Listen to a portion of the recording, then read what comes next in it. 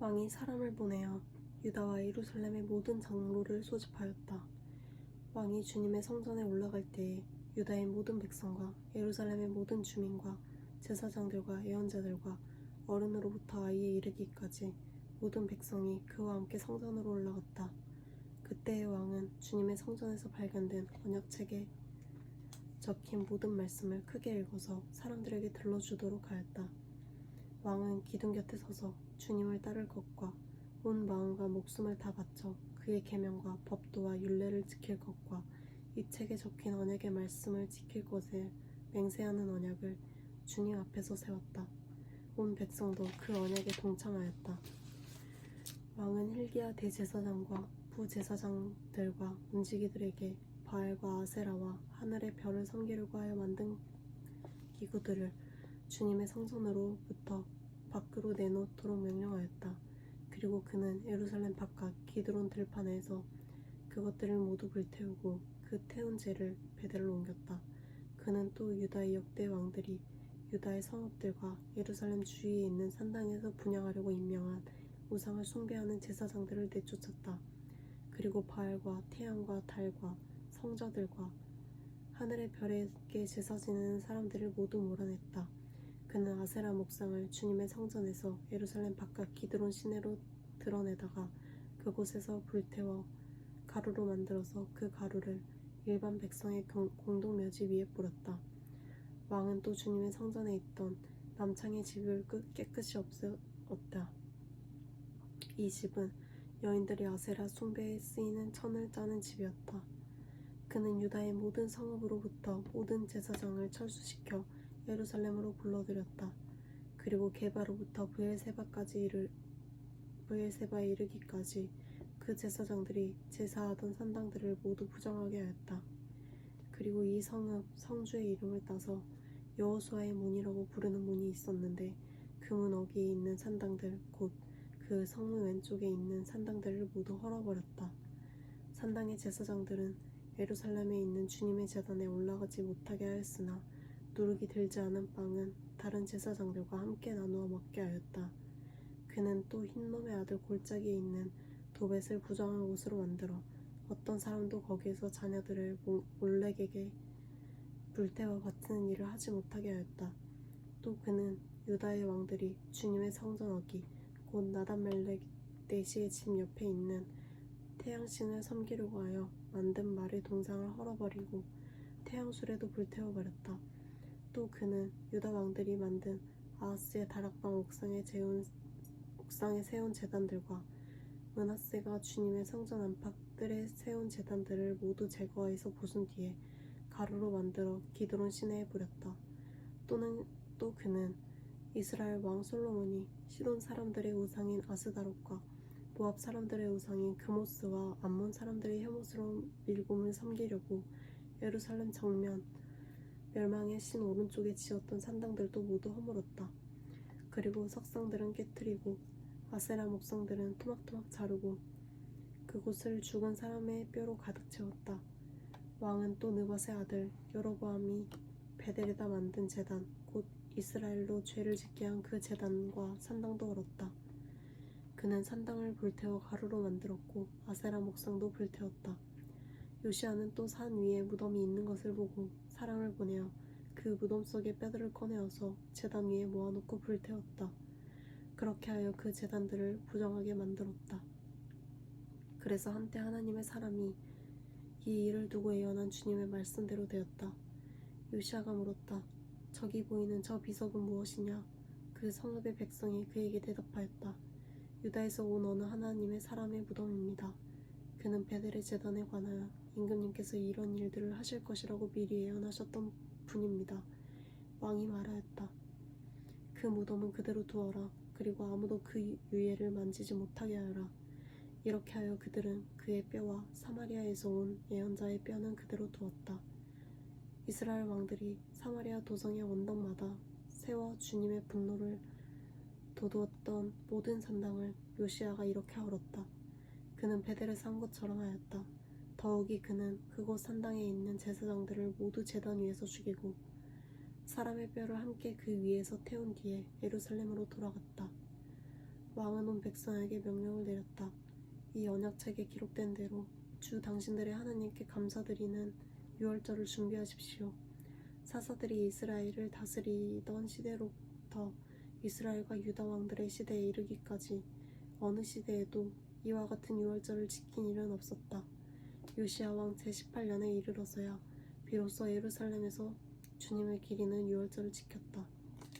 요시야는 대제사장 hilki야가 주님의 성전에서 발견한 책에 기록된 율법의 말씀을 지키려고 유다 땅과 예루살렘에서 신접한 자와 박수와 드라빔과 우상과 모든 혐오스러운 것들을 눈에 보이는 대로 다 없애버렸다.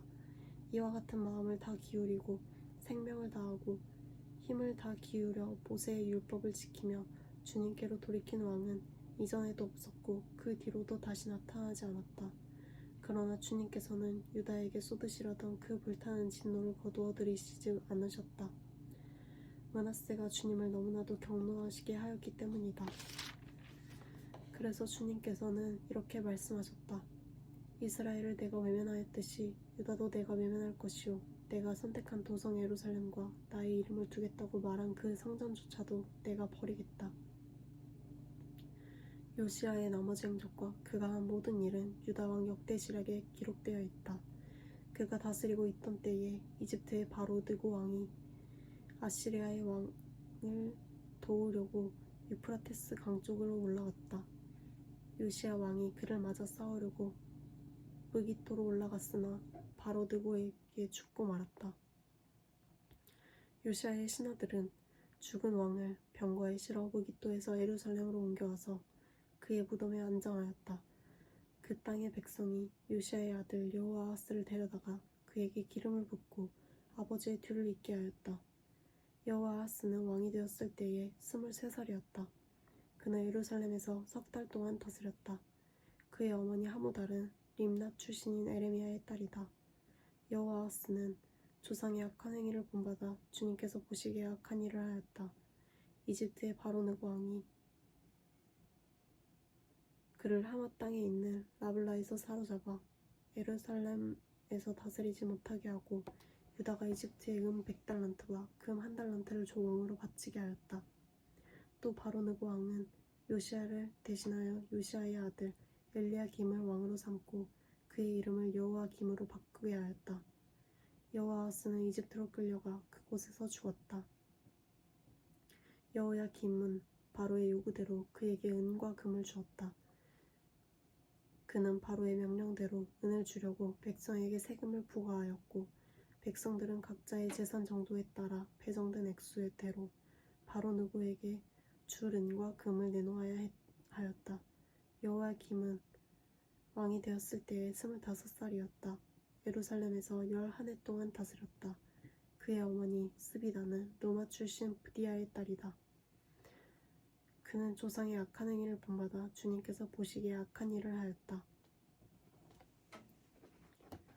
여호야김이 다스리던 해에 바빌로니아의 느부갓네살 왕이 쳐들어왔다. 여호야김은 그의 신하가 되어 새해 동안 그를 섬겼으나 새해가 지나자 돌아서서 느부갓네살에게 반역하였다. 주님께서는 바빌로니아 군대와 시리아 군대와 모압 군대와 암몬 자손의 군대를 보내셔서 여호야김과 싸우게 하였다. 이와 같이 주님께서 그들을 보내신 것은 자기의 종 예언자들을 시켜서 하신 말씀대로 유다를 쳐서 멸망시키려는 것이었다.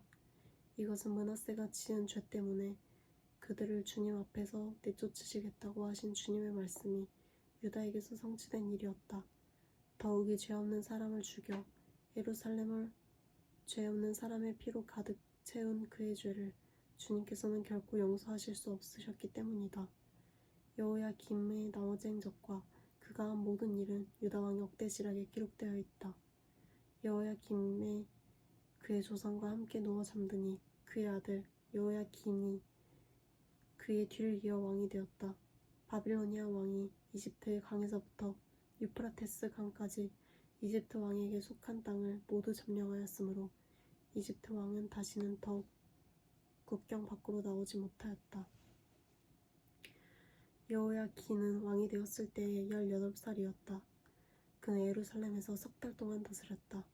그의 어머니 느흐수다는 예루살렘 출신인 엘라단의 딸이다.